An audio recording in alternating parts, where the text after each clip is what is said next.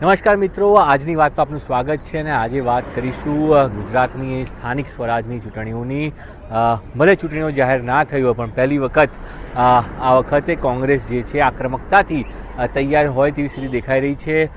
કોંગ્રેસના પ્રદેશ અધ્યક્ષ અમિત ચાવડાએ જે પ્રકારે અભિયાન શરૂ કર્યું છે તે પ્રમાણે કોંગ્રેસને મજબૂત કરવાની સાથે સાથે યુવાઓને પોતાની સાથે કેવી રીતે જોડી શકાય પ્રયાસ તેઓ ખૂબ સરસ કરી રહ્યા છે. પણ સવાલ મોટો એ જ છે કે શું કોંગ્રેસ યુવાઓને પોતાના તરફ આકર્ષિત કરી શકશે?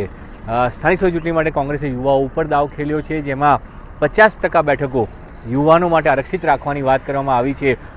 વર્ષોથી કોંગ્રેસની અંદર આ સવાલ ઊભા થતા હતા કે કોઈ પણ ચૂંટણી આવે કોંગ્રેસ ક્યારેય પોતાના યુથ કોંગ્રેસ કે NSUIના જે નેતાઓ જે તૈયાર થતા હતા, જે યુવા નેતાઓ હતા, તેમને કોઈ જગ્યા નહોતી આપતી અને હંમેશા આ વાતનો વિરોધ થતો રહેતો હતો. પણ આ વખતે સ્થાનિક સ્વરાજ ચૂંટણી માટે કોંગ્રેસે યુવાનો માટે દરવાજા ખોલ્યા છે અને 50% બેઠકો યુવાનો માટે આરક્ષિત રાખવાની વાત કહી છે. કોંગ્રેસના પ્રદેશ અધ્યક્ષ અમિત ચાવડાએ દાવો કર્યો છે કે રાષ્ટ્રીય નેતૃત્વની સૂચના પ્રમાણે જે પ્રમાણે એક રૂપરેખા તૈયાર થઈ છે, થોડા દિવસો પહેલાં દિલ્હીમાં બેઠકો થઈ હતી, જેની અંદર આ તમામ મુદ્દાઓ પર ચર્ચા કરવામાં આવી હતી. કેવી રીતે સ્થાનિક સ્વરાજ ચૂંટણીમાં આગળ જવું, સ્થાનિક સ્વરાજ ચૂંટણીની અંદર કેવી રીતે પક્ષને વધુ મજબૂત કરવો, કારણ કે સૌથી મોટી જે લડાઈ છે એ ભાજપ કરતાં અત્યારે કોંગ્રેસની આમ આદમી પાર્ટી સાથે છે. કારણ કે આમ આદમી પાર્ટી જે જગ્યામાં અથવા જે વિસ્તારમાં કોંગ્રેસ મજબૂત છે ત્યાં જ પોતે ઊભા થવા માટે કોંગ્રેસને ટક્કર આપી રહી છે અને કોંગ્રેસને નામો નિશાન મિટાવવાના પ્રયાસ થઈ રહ્યા છે કે કોંગ્રેસ મુખ્ય વિપક્ષ નથી. આ પ્રકારના સતત દાવાઓ જે છે આમ આદમી પાર્ટીના મુખ્ય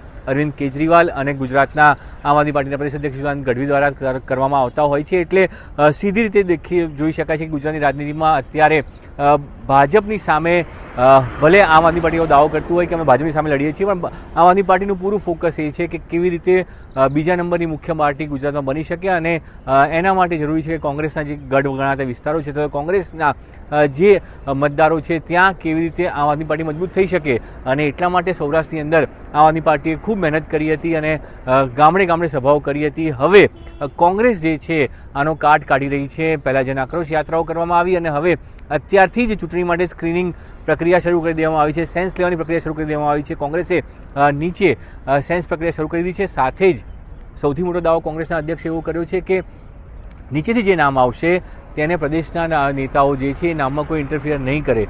એટલે કે જિલ્લા પ્રમુખો અને જિલ્લા સમિતિઓ દ્વારા જે નામો નક્કી કરવામાં આવ્યા હશે, કોઈપણ તાલુકા જિલ્લા પંચાયત બેઠક અથવા તો મહાનગરપાલિકાઓની અંદર જે નામો નક્કી કરવામાં આવશે, જે પેનલ આવી હશે તે પેનલને જ પ્રાથમિકતા અપાવશે અને કોઈપણ નેતાની પ્રદેશ નેતાની દ્વારા કોઈ નવો ઉમેદવાર ત્યાં નહીં આવી જાય, આ પ્રકારનો પણ દાવો કરવામાં આવ્યો છે. એટલે સૌથી મોટી વાત એ છે કે કોંગ્રેસ આ વખતે તમામ રણનીતિ સાથે આગળ વધી રહી છે. કેવી રીતે સ્થાનિક સ્વરાજ ચૂંટણીઓમાં મજબૂત થવું, ત્યાં પરફોર્મન્સ સારું બતાવવું, જેથી કરીને 2027 માટેની તૈયારીઓમાં કોંગ્રેસ મેદાનમાં ક્યાંક છે તે પ્રકારનો એક મેસેજ આપી શકાય અને જે વોટર 2022માં કોંગ્રેસથી દૂર થઈ ગયો હતો તેને કેવી રીતે પાછો લાવી શકાય. અને એના માટે કોંગ્રેસમાંથી જે નેતાઓ આમ આદમી પાર્ટીમાં ગયા હતા તેમને પાછા બોલાવવામાં આવી રહ્યા છે. અમદાવાદની અંદર પણ કેટલાક નેતાઓ પાછા આવ્યા, આજે ભાવનગરમાં કેટલાક નેતાઓ પાછા આવ્યા છે. આદિવાસી વિસ્તારોમાં પણ પ્રયાસ ચાલી રહ્યો છે કે કોંગ્રેસ છોડીને ગયેલા એવા ચહેરાઓ કે જે ત્યાં સ્થાનિક મજબૂત હતા તેમને સ્થાનિક સ્વરાજની ચૂંટણીમાં પાછા લાવવામાં આવે અને એટલા માટે કોંગ્રેસ કવાયત કરી રહી છે. QR કોડ ડિજિટલ માધ્યમથી ઉમેદવારોને કોંગ્રેસ સાથે જોડવાનો પ્રયાસ થઈ રહ્યો છે. જે લોકો કોંગ્રેસની વિચારધારા સાથે જોડાયેલા છે અને કોંગ્રેસમાં ચૂંટણી લડવા ઈચ્છે છે એમણે ક્યાંય કોઈ ધક્કા ખાવાની જરૂર નથી. QR કોડથી તેઓ કોંગ્રેસ સાથે જોડાય. આ પણ નવો વિચાર લઈને અમિત ચાવડાએ શરૂઆત કરી છે કે કેવી રીતે જે છે કોંગ્રેસની સાથે યુવા ચહેરાઓ આવે, યુવા ચહેરાઓની જે વસ્તુ છે ડિજિટલ અને સોશિયલ મીડિયા પ્લેટફોર્મ તેની સાથે તેઓ કોંગ્રેસ સાથે કેવી રીતે જોડાય, કોંગ્રેસની વિચારધારાથી તેઓ જોડાયેલા હોય અને તે સ્થિતિમાં તેઓ કોંગ્રેસમાં કેવી રીતે સામેલ થાય છે, કોંગ્રેસની અંદર સામેલ થઈ અને તેઓ ચૂંટણી લડી શકે તે માટેનો એક રોડમેપ તૈયાર કરવામાં આવી રહ્યો છે. અમારી સાથેની ખાસ વાતચીતમાં કોંગ્રેસના પ્રદેશ અધ્યક્ષે એવું કહ્યું કે તમામ મુદ્દાઓ છે, ભ્રષ્ટાચારનો મુદ્દો સૌથી મોટો મુદ્દો છે, પણ શહેરી વિસ્તાર હોય કે ગ્રામીણ વિસ્તાર હોય, રોડના કામો જે છે, ગટરના કામો છે, પાણીના કામો છે, તેને લઈને જે કરપ્શન થયા છે, પાણી ટાંકી નવી બનેલી પાણી ટાંકી તૂટી જતી હોય અને ત્યાં જે કરપ્શન થતું હોય, તો આવા તમામ મુદ્દાઓ છે જેને લઈને કોંગ્રેસ સ્થાનિક સ્વરાજ ચૂંટણીઓમાં લોકોની વચ્ચે જવાની છે અને લોકોની સાથે જે છે મત માંગશે, લોકો પાસેથી મત માંગશે અને સત્તા પરિવર્તન થાય. જે સ્થાનિક સ્વરાજ ચૂંટણીઓમાં ગત વખતે ભાજપને જે 90% બેઠકો મળી હતી તે બેઠકો આંચકી લેવાનો પ્રયાસ કોંગ્રેસ દ્વારા થઈ રહ્યો છે. પણ તેની સામે સૌથી મોટો પડકાર ખાલી ભાજપ નથી, આમ આદમી પાર્ટી પણ છે અને એટલા માટે જ યુવાઓને આકર્ષવા માટે કોંગ્રેસે આ નવો એક પ્રયાસ કર્યો છે કે મહિલાઓનું આરક્ષણ, મહિલાઓને પણ ભાગીદારી આપવી, સાથે યુવાઓને પણ એટલી સીટો આપવી જેથી કરીને ત્યાં નવા ચહેરા આવે કે જે નવા ચહેરાઓ આજ સુધી ક્યારેય ચૂંટણી ન લડ્યા હોય, અને એટલા માટે આ નવી રણનીતિ સાથે કોંગ્રેસ આગળ વધી રહી છે. કોંગ્રેસનો પાસે ઉમેદવારોની કોઈ કમી નથી. કોંગ્રેસ આટલા બધા નેતાઓએ કોંગ્રેસ છોડી અને ભાજપનું દામન થામ્યું અથવા તો આમ આદમી પાર્ટીમાં ગયા, પણ તેમ છતાં ગ્રામ્ય સ્તરે કોંગ્રેસ પાસે આજે પણ એટલા લડાયક ચહેરાઓ છે અને એ ચહેરાઓને કોઈ તક નહોતી મળતી. શું આ વખતે એ તક અમિત ચાવડા આપી શકશે? તેના ઉપર સૌથી મોટો સવાલ છે. અને જો તેમ કરવામાં અમિત ચાવડા સફળ રહે છે તો કદાચ લોકો જે રીતે કોંગ્રેસને ભૂસાયેલી માની રહ્યા છે તો કોંગ્રેસ ગુજરાતમાં ક્યાંય નથી તે પ્રકારની વાતો માની રહ્યા છે. એ ચમત્કારિક પરિણામો કોંગ્રેસને સ્થાનિક સ્વયંમાં મળી શકે છે અને એટલા માટે જ અમિત ચાવડા આ પ્રકારનો પૂરો પ્રયાસ કર્યા છે. પહેલાં તેમણે દિલ્હીમાં બેઠક કરી રાષ્ટ્રીય નેતૃત્વ સાથે અને ત્યારબાદ સમિતિઓનું ગઠન થયું. જૂના જોગીઓનો ઉપર દાવ રમવામાં આવ્યો, જૂના જોગીઓને જવાબદારી સોંપવામાં આવી.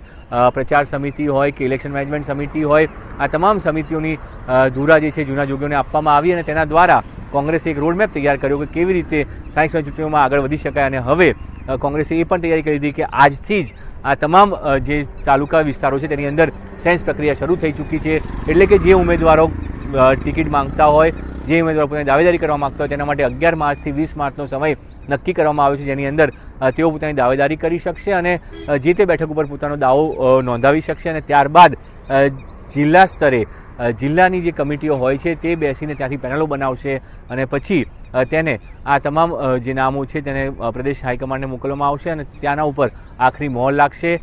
ચૂંટણીઓની જો વાત છે ત્યાં સુધી 31 માર્ચ આસપાસ પ્રધાનમંત્રીનો ગુજરાત પ્રવાસ થઈ રહ્યો છે, એટલે એ પહેલાં ચૂંટણીની જાહેરાત થાય તેવી શક્યતાઓ કોઈ સ્થિતિમાં દેખાતી નથી.